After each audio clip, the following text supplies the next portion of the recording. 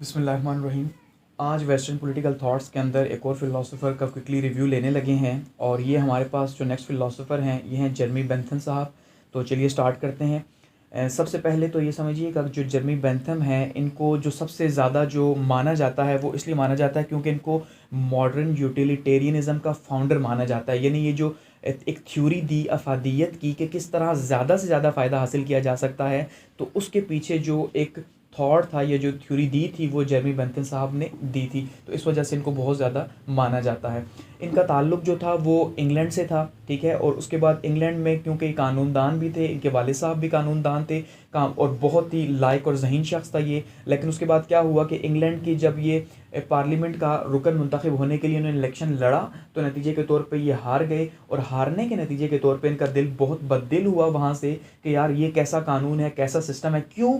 क्योंकि वहाँ पे उन्होंने उस टाइम पे क्या देखा जेरेमी बेंथम ने कि भाई वहाँ पे रूल ऑफ लॉ जो है किसी का नहीं है। यानी जो पैसे वाले हैं, जो लैंडलॉर्ड्स हैं इंग्लैंड के, वही ऊपर आ सकते हैं, वही जो है ना इलीगल वे यूज़ करके इलेक्शंस के अंदर जो है ख़ुद को आगे ला सकते हैं। वही यानी कि वो सारे का सारा पैटर्न जो हम देखते हैं पाकिस्तान की पॉलिटिक्स में हमें नज़र आता है कि भाई जिसको हम कहते हैं ऊंचे हथकंडे, कि भाई किसी भी तरह से आपको पावर हासिल करनी है, चाहे वो लीगल वे हो इलीगल वे हो। तो ये चीज़ें एक कानूनदान के लिए बर्दाश्त करना काफ़ी ज़्यादा मुश्किल था। तो इस बंदे ने जब देखा कि भाई यूके में तो ऐसा होता है, तो इसने फिर क्या किया जी, वहाँ से यूके को छोड़ा और फ्रांस में जो है वहाँ पे जाके उनकी शहरियत हासिल कर ली और वहाँ पे फिर बहुत बड़ा अपना नाम पैदा किया। तो क्योंकि ख़ुद कानूनदान था तो कानून के हवाले से बहुत ज़्यादा काम किया, स्टेट के हवाले से बहुत ज़्यादा काम किया।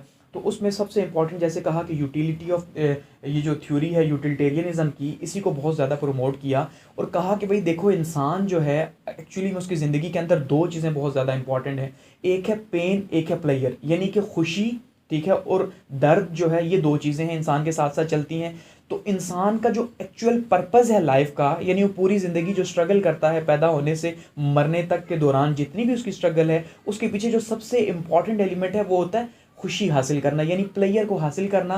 तो उस खुशी हासिल करने के लिए वो क्या करता है, एफर्ट्स करता है, चाहे वो लीगल वे में करे चाहे वो इलीगल वे में करे। कि अगर एक चोर चोरी भी करता है तो उसके पीछे उसका पर्पज़ यही है खुद को खुशी दे सके, ये इनका मानना है, ठीक है। तो उस लिहाज से कहते हैं कि जब हम प्लेयर हासिल करते हैं तो बहुत से जो है ना ऐसे वेज भी फॉलो हो जाते हैं कि जो लीगल नहीं होते, लेकिन पर्पज़ ये है कि ज़्यादा से ज़्यादा भलाई हासिल की जा सके। तो इसलिए अब जब ये स्टेट की बात करते हैं कि भाई स्टेट जो है एक्चुअली में उस स्टेट में जो हुकूमत है उसका जो पर्पज़ है बेसिकली वो पर्पज़ यही होना चाहिए कि ज़्यादा से ज़्यादा लोगों की जो है वो भलाई की जा सके। और यही सोच के इस बंदे ने जब ये मरा तो अपनी लाश भी जो है वो डोनेट कर दी कि भाई मेरी लाश भी यूटिलिटेरियनिज्म के थ्रू आप यूज़ करो, जहाँ जहाँ दिल गुर्दे जिगर या जो जो एक्सपेरिमेंट करना है भाई इस पर करो। ये किस काम की अगर सोसाइटी का फ़ायदा नहीं हो सकता। तो इससे आप इस बंदे की सोच का अंदाज़ा लगा सकते हैं कि किस तरह से मुआशरे की भलाई जो है ये चाहता था। कि जैसे मैंने पिछले फिलोसफर के टाइम पर भी कहा था कि इसकी एग्जाम्पल बिल्कुल ऐसी है कि एक बंदा अगर बीमार है तो उसको जो है ना मरने लगा है,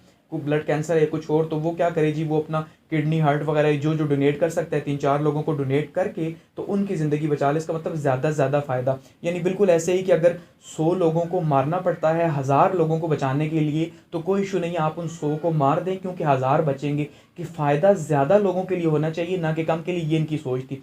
इसके अलावा इनका जो अगर गवर्नमेंट सिस्टम की बात करें तो बेस्ट गवर्नमेंट सिस्टम इनके नज़दीक, इस बंदे के नज़दीक वो क्या था, वो डेमोक्रेसी था, यानी जमहूरियत। क्योंकि मुल्क आवाम के लिए है और आवाम खुशी के लिए कोशिश करते हैं तो फिर हुकूमत भी ऐसे ही होनी चाहिए जो उनकी मर्ज़ी से आए, जो उनकी खुशी के लिए जो है वो कुछ ना कुछ कर सके। इसलिए ये सबसे ज़्यादा इंपॉर्टेंट है। इसके साथ उन्होंने जो कॉन्स्टिट्यूशन है, जैसे मैंने कहा कि क्योंकि थे ही कानूनदान तो कॉन्स्टिट्यूशन के ऊपर बहुत ज़्यादा काम किया। इवन बहुत से मुल्क जो हैं उन्होंने अपने कॉन्स्टिट्यूशन को ठीक करवाया। जो सर विलियम ब्लैक थे, जो कि इंग्लैंड का एक बहुत बड़ा नाम है, हम जानते हैं इंग्लिश लिटरेचर के हवाले से बहुत बड़ा नाम है, उस बंदे से इस बंदे ने टक्कर ली क्योंकि वो बंदा जो है सर विलियम ब्लैक, उन्होंने जो है ना बहुत ज़्यादा तारीफ़ें की इंग्लिश जो कानून था उसकी कि भाई वो बहुत अच्छा है ऐसा वैसा। लेकिन इस बंदे ने फिर बुक लिखी और उसके अंदर जो है वो बहुत ज़्यादा जो है ना उसको तनकीद का निशाना बनाया कि भाई क्या कोई कानून, वो कौन सा कानून है जहाँ पे सिर्फ तगड़े लोग ताकतवर लोग ऊपर आए, तो ऐसा कुछ भी नहीं। तो इसका मतलब जब तनकीद का निशाना बनाया तो उसके बाद बड़ी वाह भी इनकी हुई कि भाई बंदा तो बड़ी सच्ची बातें करता है। तो बहुत से मुल्कों ने अपने कॉन्स्टिट्यूशन को बेहतर करवाया या फिर तनकीदी जायज़ा जो है ना उसके लिए भेजा कि भाई आप चेक करें कि हम जो कॉन्स्टिट्यूशन रन कर रहे हैं वो बेहतर है या कहाँ कहाँ उसकी बेहतरी की जा सकती है। इसके अलावा सबसे इंपॉर्टेंट चीज़ जो है वो ये है कि भाई इस बंदे ने जो एक पनिशमेंट की थ्योरी थी उसको भी चेंज करने की कोशिश की।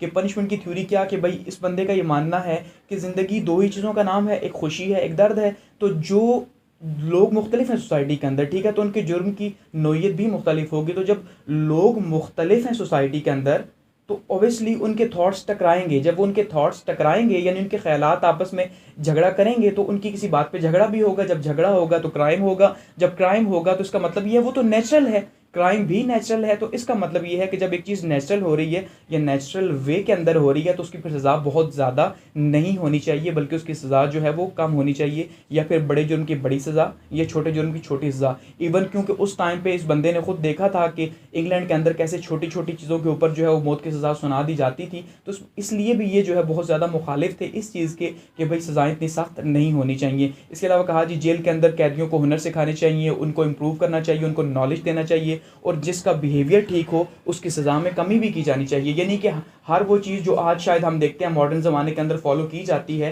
कि भाई बेसिकली ये कैदी या मुजरिम जो है तो वो भी इंसान, अगर उससे गलती हुई है तो उसको बेहतर किया जा सकता है। तो बिल्कुल यही सोच जो है ये उस टाइम पे इस बंदे ने दी। तो इसका मतलब ये जो तीन हवाले हैं, इस हवाले से ये हमारे जो फिलोसोफर हैं बहुत ज़्यादा इंपॉर्टेंट है। एक द थ्योरी ऑफ यूटिलिटेरियनिज्म, दूसरा जो है वो स्टेट सिस्टम में कॉन्स्टिट्यूशन के ऊपर, तीसरा जो है ये पनिशमेंट के ऊपर जो है ये सारे का सारा जिक्र किया। तो ये सारे का सारा क्या है जी, ये जेरमी बेंथम साहब की फ़िलासफ़ी है।